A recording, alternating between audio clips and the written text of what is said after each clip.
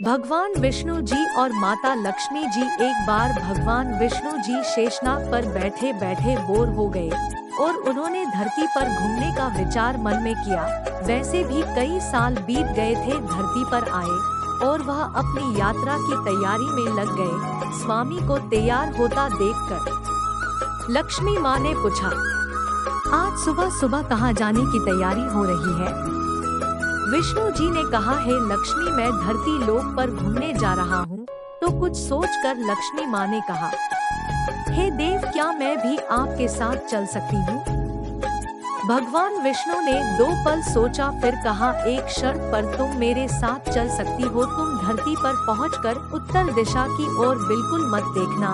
इसके साथ ही माता लक्ष्मी ने हाँ कह के अपनी मनवा ली और सुबह सुबह माँ लक्ष्मी और भगवान विष्णु धरती पर पहुंच गए। अभी सूर्य देवता निकल रहे थे। रात बरसात होकर हटी थी। चारों ओर हरियाली ही हरियाली थी। उस समय चारों ओर बहुत शांति थी और धरती बहुत ही सुंदर दिख रही थी और माँ लक्ष्मी मंत्र मुग्ध होकर धरती को देख रही थी और भूल गई कि पति को क्या वचन देकर आई है और चारों ओर देखती हुई कब उत्तर दिशा की ओर देखने लगी पता ही नहीं चला। उत्तर दिशा में माँ लक्ष्मी को एक बहुत ही सुंदर बगीचा नजर आया और उस तरफ से भीनी भीनी खुशबू आ रही थी और बहुत ही सुंदर सुंदर फूल खिले थे। यह एक फूलों का खेत था और माँ लक्ष्मी बिना सोचे समझे उस खेत में गई और एक सुंदर सा फूल तोड़ लाई। लेकिन यह क्या, जब माँ लक्ष्मी भगवान विष्णु के पास वापस आई तो भगवान विष्णु की आंखों में आंसू थे और भगवान विष्णु ने माँ लक्ष्मी को कहा कि कभी भी किसी से बिना पूछे उसका कुछ भी नहीं लेना चाहिए और साथ ही अपना वचन भी याद दिलाया। माँ लक्ष्मी को अपनी भूल का पता चला तो उन्होंने भगवान विष्णु से इस भूल की माफी मांगी। तो भगवान विष्णु ने कहा कि जो तुमने जो भूल की है उसकी सजा तो तुम्हें जरूर मिलेगी। जिस माली के खेत से तुम नए बिना पूछे फूल तोड़ा है, यह एक प्रकार की चोरी है। इसलिए अब तुम 3 साल तक माली के घर नौकर बनकर रहो। उसके बाद मैं तुम्हें बैकुंठ में वापस बुलाऊंगा। माँ लक्ष्मी ने चुपचाप सर झुकाकर हाँ कर दी। आजकल की लक्ष्मी थोड़े थी और माँ लक्ष्मी एक गरीब औरत का रूप धारण करके उस खेत के मालिक के घर गई। घर क्या, एक झोपड़ा था और मालिक का नाम माधव था। माधव की बीबी, 2 बेटे और 3 बेटियां थी। सभी उस छोटे से खेत में काम करके किसी तरह गुजारा करते थे।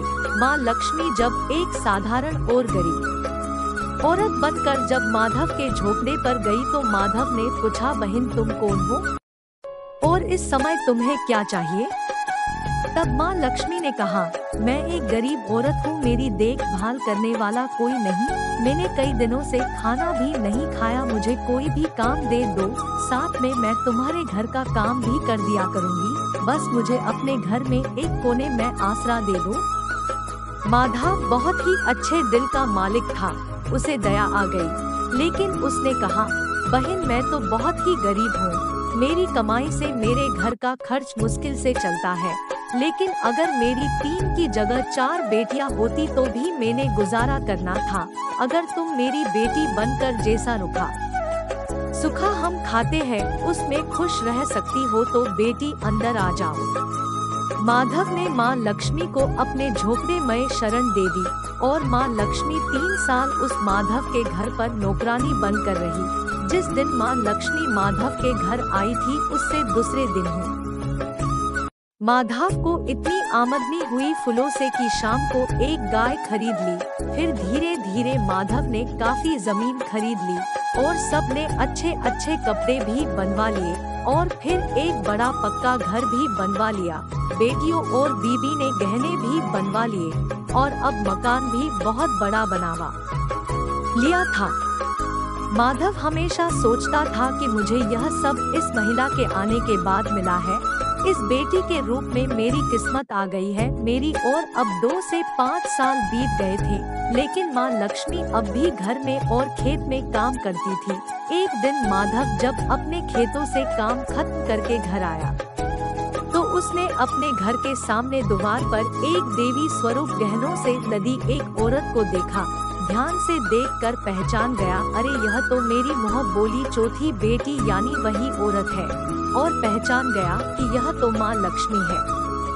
अब तक माधव का पूरा परिवार बाहर आ गया था और सब हैरान होकर माँ लक्ष्मी को देख रहे थे। माधव बोला है, माँ हमें माफ कर दो, हमने आपसे अनजाने में ही अपने घर और खेत में काम करवाया है। माँ यह कैसा अपराध हो गया है हमसे, माँ हम सबको माफ कर दो। अब माँ लक्ष्मी मुस्कुराई और बोली है, माधव तुम बहुत ही अच्छे और दयालु व्यक्ति हो।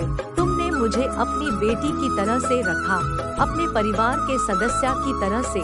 इसके बदले मैं तुम्हें वरदान देती हूँ कि तुम्हारे पास कभी भी खुशियों की और धन की कमी नहीं रहेगी।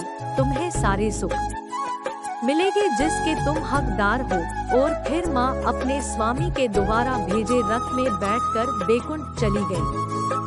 दोस्तों कहानी कैसी लगी हमें कमेंट्स बॉक्स में जरूर बताना, ताकि हम आपके लिए ऐसी कहानियाँ आगे भी लाते रहें। हम पर अपना प्यार ऐसे ही बनाए रखना और हमारे YouTube चैनल को सब्सक्राइब कर देना और बेल आइकन को भी दबा देना और लाइक भी कर देना।